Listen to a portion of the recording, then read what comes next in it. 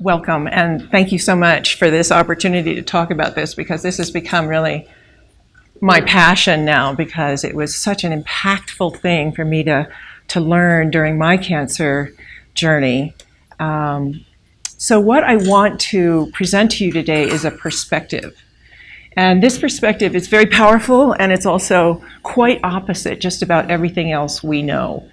And I'm presenting it not to say this is the truth, but rather this is a fascinating way to look at health and healing and living and dying, all of it. And it's not just for people who are ill, but actually for anybody who wants to improve their life.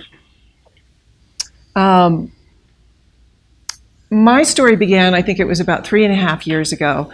I had just moved back to New Mexico after about 40 years, I think, of being gone.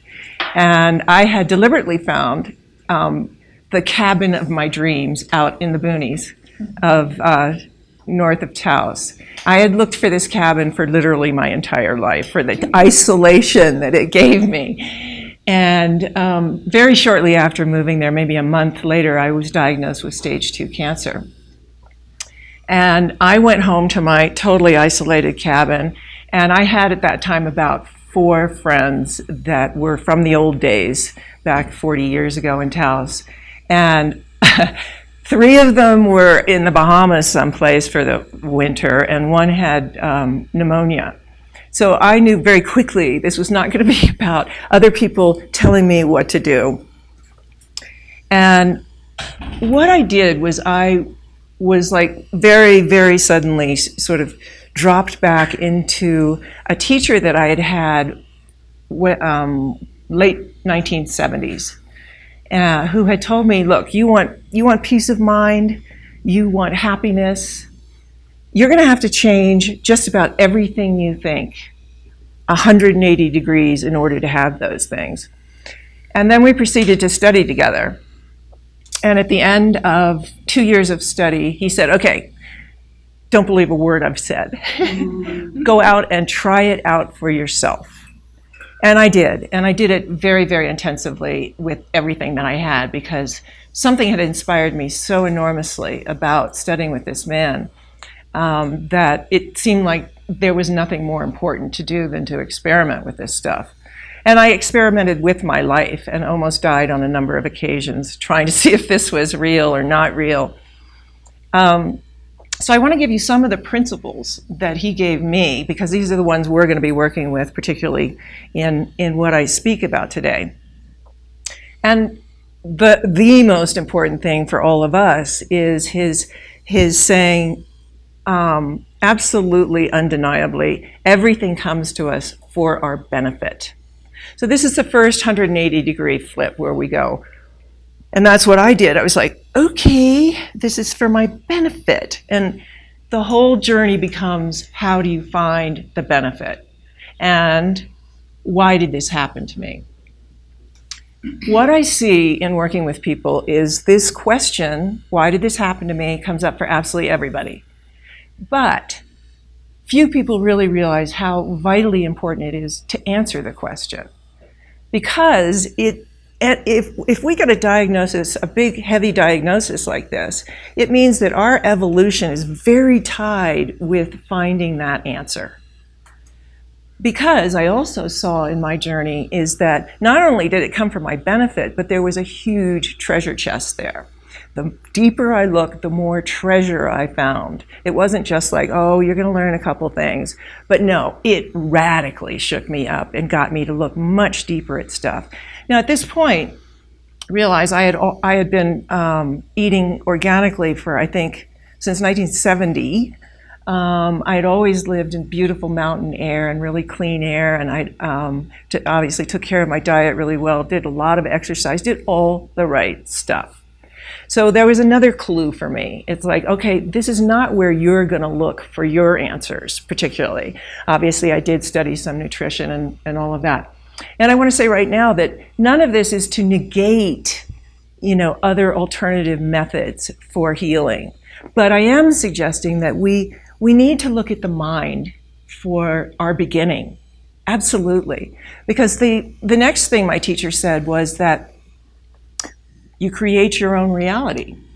Now, we've been hearing this, right? We've been hearing this is kind of getting to be kind of common knowledge. And thank God, finally science is backing me up on this. And this is why I can finally start talking about it. Because, 20 years ago, people were like, sure, honey, right? So you create your own reality. So what this cancer gave me the opportunity to finally take all the things my teacher had taught me and these radical shifts of perspective and go, how does that apply to health and healing? Because I had been totally healthy before this time. I couldn't experiment with it. And I don't think, a common cold or anything like that would have gotten me to this place where I was like so intensively looking. The other thing my teacher said was that the body is an effect of the mind, 100%. Okay, so I don't expect you to believe this right off the bat, but certainly to take it as, okay, the body is an effect of the mind, and a further corollary of that is that any disease in the body is caused by the mind, is caused by dis-ease in the mind, which makes a lot of sense to me. And as I started studying it more and more deeply, what I began to see is a zillion ways in which I was actually, despite my psychological awareness, and I had been a meditator for all those years also, but there were still many ways in which I was actually summoning death with my behaviors and my thoughts. And those are some of the things I really want to begin to convey to you, is how all of us, I believe, subconsciously, because we don't know any better, summon death and summon difficulties for ourselves. So this began for me an inquiry where, and this is the inquiry I'm going to suggest to you, it is a looking through the looking glass kind of thing. It is a very big flip on how we've been taught to think. Of course, the most difficult part of this entire journey was daring to take responsibility and say, okay, I am going to look at all of this as if I created cancer, which of course was the thing I never wanted to really look at, was really, to what degree am I creating my own reality? And that is the really fascinating question that cancer asks. Are you in charge of this game or not? And that was the huge blessing for me, was really wrestling with those questions. Now I know that this is confusing. So I want to show you 5 words in the English language which give good examples of how much we need to flip certain things and the natural effect it's going to have on healing and health. The first word is the granddaddy of them all and has a huge effect on our minds, whatever religion we are. And this is what we're talking about. We're talking about ideas that imprison, more so than any bars on any door. And the kingpin of all of these is the word sin. Now, once again, it doesn't matter about what religion or how you were brought up. I think this idea has infiltrated our minds in a very big way. It is the idea that you could do something unforgivable. And I think that idea has gotten all of us in a very big way. And if you look back, this is fascinating. If you look back to ancient Greece and the original meaning of the word sin, it's hamartia, which means, it's an archery term, which means missing the mark. So, whole new meaning here. You've got a huge quiver of arrows. It's literally limitless. And in order to hit that mark, you have to make mistakes. You have to miss over and over, millions of times, in fact. And that is and should be the model of how we work with ourselves as well, which is these aren't unforgivable sins. These are mistakes that we must make to grow and to learn. So what happens to the idea of punishment or guilt when we look at sin in this entirely new way? They don't exist anymore.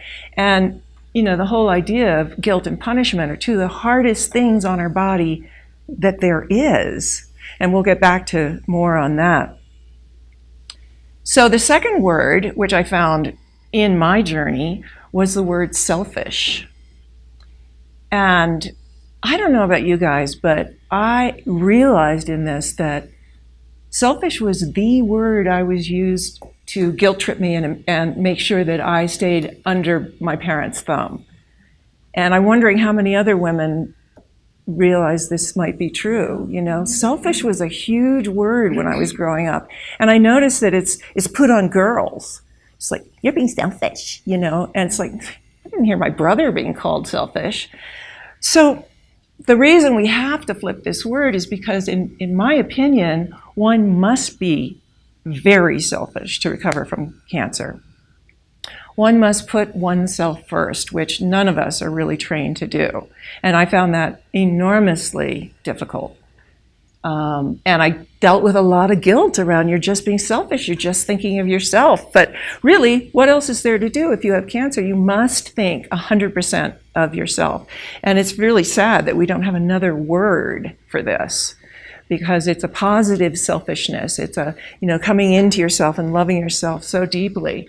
And then, and not having stressful people in your life. And that, I would recommend that very, very highly to anybody, is clear out anybody who's stressing you out for any reason. So the next word is lazy. And once again, I found that I had to be very, very lazy to heal. And these two words, selfish and lazy, were extremely important, because I then began to realize what cancer was really asking me to do was be still and listen.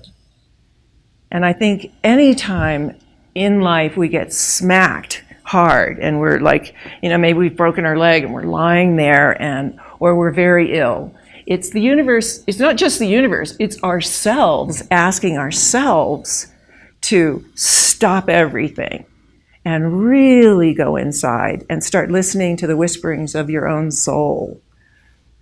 And you got to be selfish, and you got to be lazy to do this.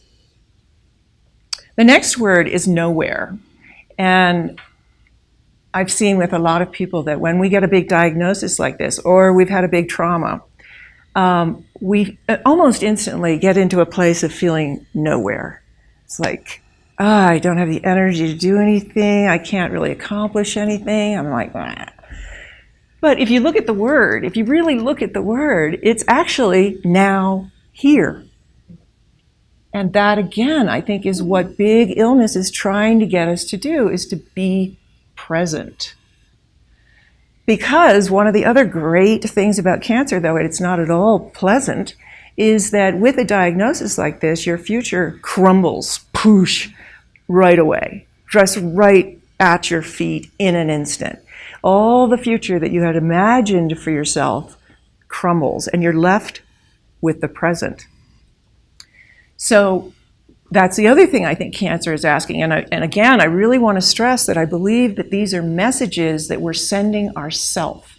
Cancer is a message we're sending ourself. And the whole name of the game is, how do you translate?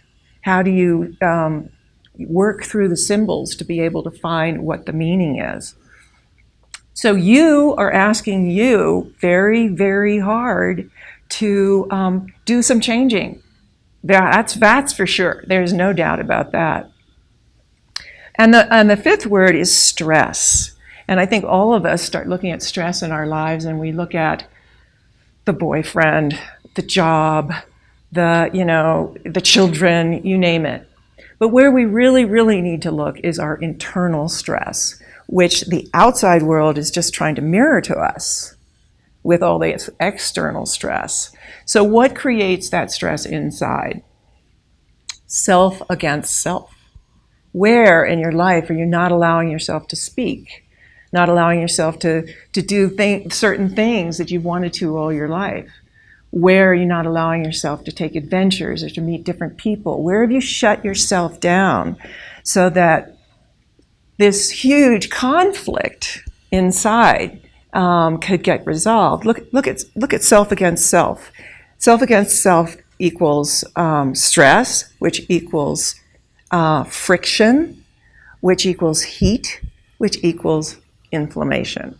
So you're seeing the physiological and the psychological there come together. So looking at how we're against ourselves, I think, is got to be one of the most critical pieces of all of this. And I don't think we're in the habit of really looking in that way. So what I found when I took full responsibility was that I immediately came to a guilt layer that was thick and hard and deep. And the guilt layer said, and I think most people come up against this, is you've done something wrong, obviously, or you wouldn't have cancer.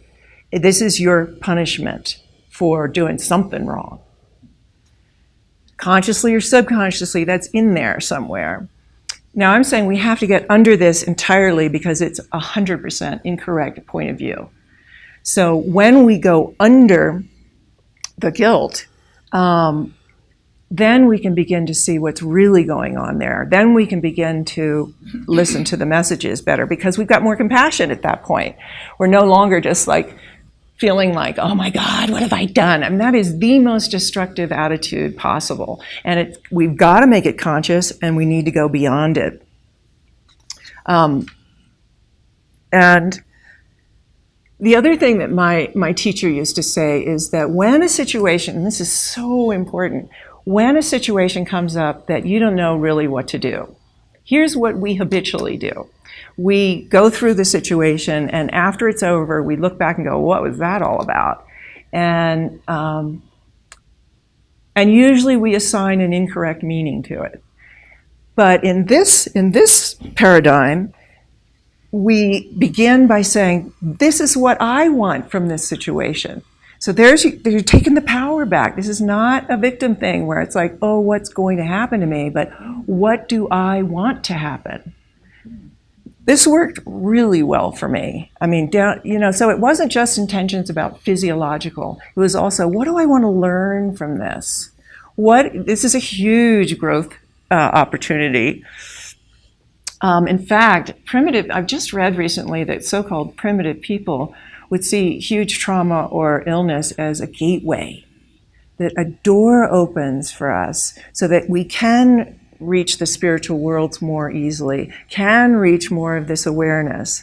So taking up the opportunity of this door being open and beginning to say, okay, this is what I want to happen, and actually writing it down. Where do you want to see yourself in a year? How do you want to be financially? What's your health going to be like? And really picturing that and making very clear visualizations that you repeat to yourself on a regular basis. Because, the fear, as you all know, the fear can be monumental with this game. Totally. So this is one way of combating some of that fear, is go, this is what I want. Now, my teacher went even further to say that as things progress, if something comes along that doesn't agree with your intention, it's really not the truth, and you don't need to give it a bunch of attention, right? Only what you have intended is the truth. Fascinating perspective. So there we begin to see, when you start setting out your intentions, one begins to see the amount of conflict that's inside. And I think, again, that we tend to, in therapy and whatever, we tend to look at guilt and our negative feelings to a huge degree. Now, all of this journey involves going beyond the feelings and looking to the thoughts that inform the feelings. This is a law of thought. It is the basis of everything. Every master who's ever come to the planet is trying to tell us that. So it's in resolving these conflicts that I think is our first job if we want to start easing the stress in the body, is begin to look very, with total honesty with yourself where your conflicts are. Write them down. And then begin with the biggest and deepest and begin to deal with them. In my situation, I had a situation with my brothers who had basically stolen my whole inheritance, which was a fat one. And it had happened 7 years prior, and I was furious. Because there was so much misogyny involved in the whole thing. It was just like it lit every single button I had inside of me. But I had put a lid over it because I knew nothing would help. You know, those guys, nothing was going to budge. But then when I got cancer, I was like, I'm going to tell those guys exactly how I feel about this situation. And a series of emails ensued, and you know, they didn't budge. They didn't get one word of anything I was saying, but it healed me so gigantically. It's really even hard to express, because I saw in all of that exactly how my family had put the bars on my throat chakra in the first place, because my brothers used every single technique that my family had ever used on me to shut me up. And the great victory for me was that I didn't shut up. I kept on telling them how it felt and kept on. And, you know, it was gigantic. I felt so much liberation from doing that one thing. So we begin to look at the conflicts, and we must begin to actually do something about them. And that gives us a very clear pathway to beginning to heal. Another thing we have to do is begin to look at our relationship to our bodies. And realize, I did a really interesting thing. I began to write the whole history of my body. And in doing that, I realized that far more than I had ever seen it, that from conception all the way up to age 30 or so, my body has been assaulted and punished and numbed out, and everything that's happened to me has been trying to get me to be numb to my body, to not like my body. If you think of all the advertising we have been assaulted with to show you that you're not good enough in one way or another with your body, and you should take this pill and that pill so you don't feel your body. That's a huge part of advertising, is don't feel the pain, whatever you do. Then you've got the whole thing in school where you were compared to every other body. Then adolescence and sexuality. I mean, that was just off the charts as far as conflict and pain and, you know, shame. I mean, think about shame we all have in these bodies. So part of the inquiry is looking at, how do I ask way too much of this body? That's a very important piece. It wants to rest. It wants to heal. And I'm still asking all this stuff of it. And I'm still pushing it like crazy. How am I not listening to my body? One way we could look at cancer is that the body has gone, I really need to talk to you. And I have knocked and knocked and knocked, and now, you know, now it's getting really intense. Will you listen now? So beginning to listen to what the body wants is huge. The other part about the body is beginning to put it in the correct perspective. We've sort of gotten so that we idolize the body. The body is the end. It's an end in and of itself. And, you know, you're judged on how your body looks, right? Not on the gorgeous being who's inside. It's your body. And we must begin to see this body as a companion that's trying to serve us in whatever way it can. And now science is seeing that this body is in fact listening to every single thought you think. Now, how are you talking to your body? This is a very important piece, is really watching what you're saying to your body as it begins to go through the cancer process and the healing process. Because it's really easy to start being annoyed with your body for not performing correctly, which may be the cause of the whole problem in the first place, is how annoyed we get when it doesn't perform, right? When it's tired, beat it into submission, right? Okay, so changing the attitude towards the body to a kind of like this sweet creature that's following you around and wants to, like, can I do something for you? Can I do something for you now? I mean, that's a really big shift in how we're looking at it, right? So in looking at, and guilt is the next really gigantic piece. Guilt and conflict are the two areas where I feel we must really zoom in on, is like really looking at where we have stashed guilt. And there's a lot of it for, I think, most of us. If you consider all the comparisons that were made in our childhood with the moms that said, oh, Tommy's the smart one, and little Linda, well, she's really sweet. Or, you know, it's like all the comparisons in school and the one-upsmanship and who's better, and if you're not as good, and if you're a failure, you're a bad person, right? And then our whole way of child rearing has punishment very deeply tied in it. If it's like, so we become these beings who are very other oriented. You're always trying to please mommy or daddy, right? And we lose ourselves in this. And when we don't please mommy or daddy, then the guilt comes in. You've been bad, and now you're going to get punished. So guilt seeks punishment even when we're grown-ups. It's a very big tie inside of our psyche. So here's where all of this comes down, because here's where we've got to choose. Here's where the two dimensions separate pretty clearly when we're dealing with guilt. Because all of this is about learning to watch our thoughts to such an extent that then we can choose which thoughts to have. See, this is the whole problem. It's a great tragedy that no one's taught us how to think properly. When you think about what the masters say about the mind, that it is all creative, it can create anything. Think about, you know, how we're using our minds now. We have no concept how to use them properly. My teacher said, you have no neutral thoughts. Every thought you're thinking is either taking you towards a much happier life or a much harder life. Think about that responsibility and realize that the power of choice is our greatest and only power.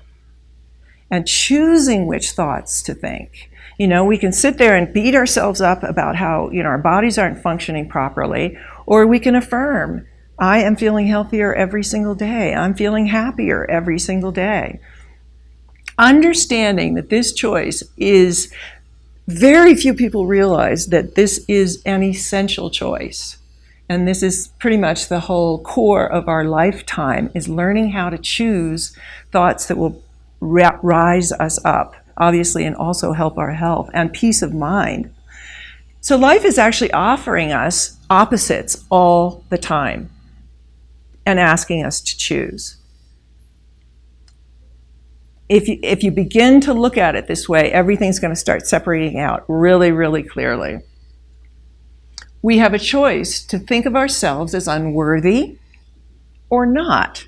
You know, we're either these God beings, which is what all the masters have been trying to tell us, is that we are equals to them, not lowly, subjects, equals to them, or we can choose that, or we can choose being a victim and feeling powerless and sad and depressed and anxious. Choice is right there, and the choice is offered in every single moment. And obviously, mindfulness is the thing to begin to really do this whole journey, because we have to practice watching our thoughts.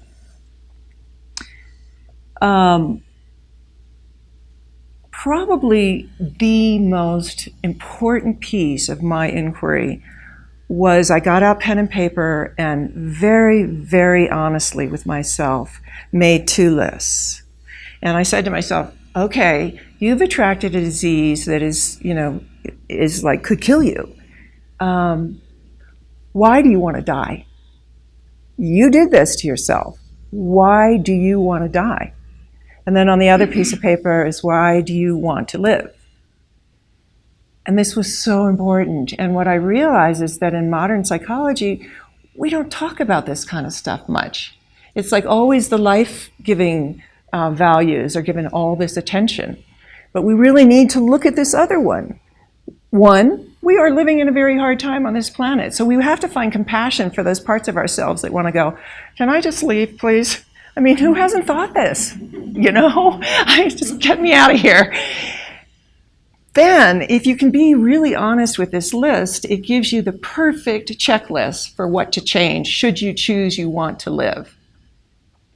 And it shows you where in your consciousness you're leaning towards death. You know, what behaviors, what thoughts, what repeating thoughts are getting you leaning towards death, towards not being happy, towards depression, all of those things.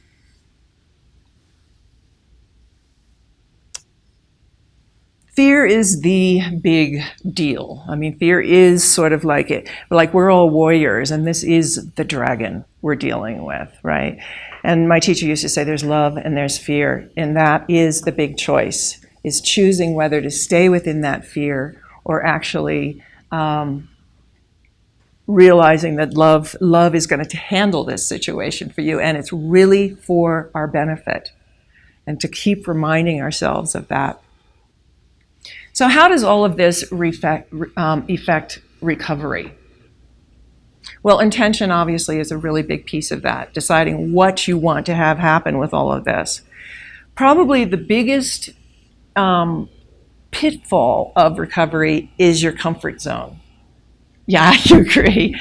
I found that the hardest thing is, once to be very exhausted from cancer and to go into, this state of not moving much and everything, to then start kicking it back into gear again was really hard, and where I had to start really fighting with myself, because there was that part that said, I'm too tired, I can't exercise today, whatever.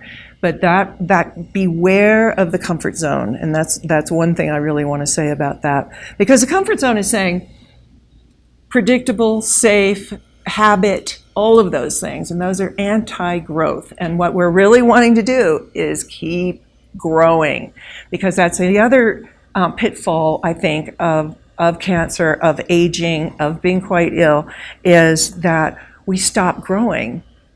We stop having goals. We stop having, wanting to actually having a purpose in life. I think retirement is really, really hard on us. Without a purpose in life, where are we? The purpose is like having an intention. It pulls you down the path. It is the magnetism that keeps you moving.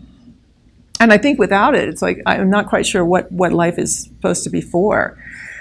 The third pitfall that I think is really important is the whole concept of lack. My teacher said that lack, the idea of lack, is one of the most dangerous we've got going, really. The mind is a great magnifying glass. What it looks upon grows, okay? So what happens when you start thinking, oh, I can't do this, and I can't do that, and I don't have enough money, and no. What happens? It magnifies. Lack magnifies. The mind is a great magnifying glass. What it looks upon grows. So if you're constantly looking at what you can't do, what your body can't do anymore, how many things in your life you can't do, what you can't do is going to grow. Conversely, if you're really looking a lot about what you do have, of course, gratitude is the hugest part about this, is training the mind to constantly look at what's working, what's good, what's wonderful. I think what we did, and Kim is in my group, we talked about, whether we live or die is not the point of any of this. It's, can we not be a victim of it? How do you keep living till the day you die, fully? Being in control of your life, being the power in your own life. I think certainly the most healing thing for me was wilderness. I really can't stress this enough, because what we have in towns and stuff like this right now is that a monumental amount of frequencies crashing into one another, and they're really not good for us.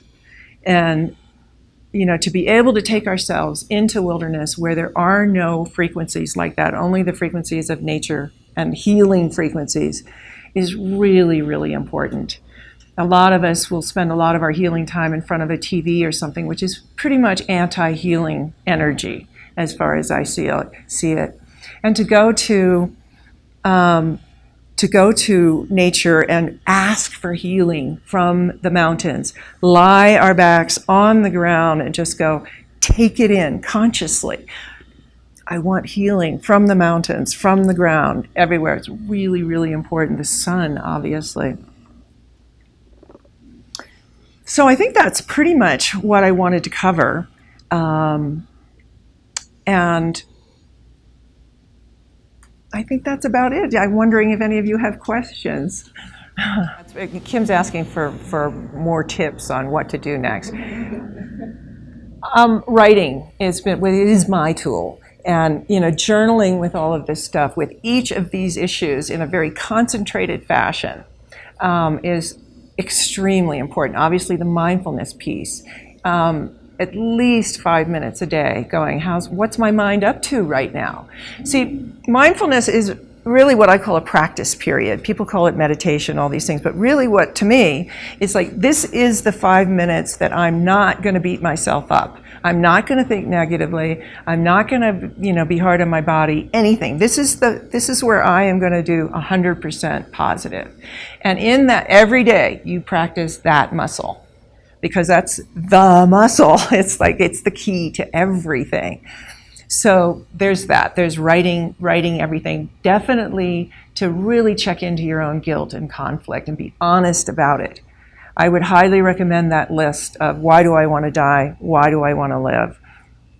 And then, taking that list and acting on it. That's the chief piece right there. And that's also true with intentions. Is not only are you making the intentions, but what are you going to do every single day to make those intentions come true? That's huge. So there's another piece you can do. Gratitude, thank you. And literally, like spending anytime you're in a depressed state, find something to focus on. Some sort of, beautiful bush or the sky or something to keep elevating. How you get up in the morning, the first hour of the day is the most critical. What's your attitude, right? I did want to talk about attention. Especially with cancer. Attention. All right, so the mind, again, the mind is a great magnifying glass, right? So what you give your attention to, you must be very, very careful, especially with illness. Because what happens, I found, was that my attention kept going there. I wanted to constantly thinking about cancer, constantly thinking, I had breast cancer, thinking about my breast, and what was I going to do? No. I had a wonderful teacher back in the old days who could stick pins through his arm. He had complete control over his body processes. And he said, you're thinking about cancer all wrong. He said, you're sending, this was back in the 70s, you're sending, the white blood cells in to fight the cancer, and you've got the armies there and everything. And he said, no, you want to get your attention off of cancer because it gives it energy if you're giving it a lot of attention, right? So I thought, well, how do I deal with this and also not pay attention? So what I came up with was giving cancer X amount of time during the day for what am I going to do for healing? Do I have to call the doctor? What's my next appointment? Blah, blah, blah, blah, blah. And then using the power of your mind to go, that's it for today. I'm not going to sit here and worry about it. Very important piece, attention. Because I notice that our attention, let's say I have something wrong with my knee, my attention will keep dropping down to check on that knee. And usually it's checking on it to see if it's gotten worse. And that's what the mind's doing.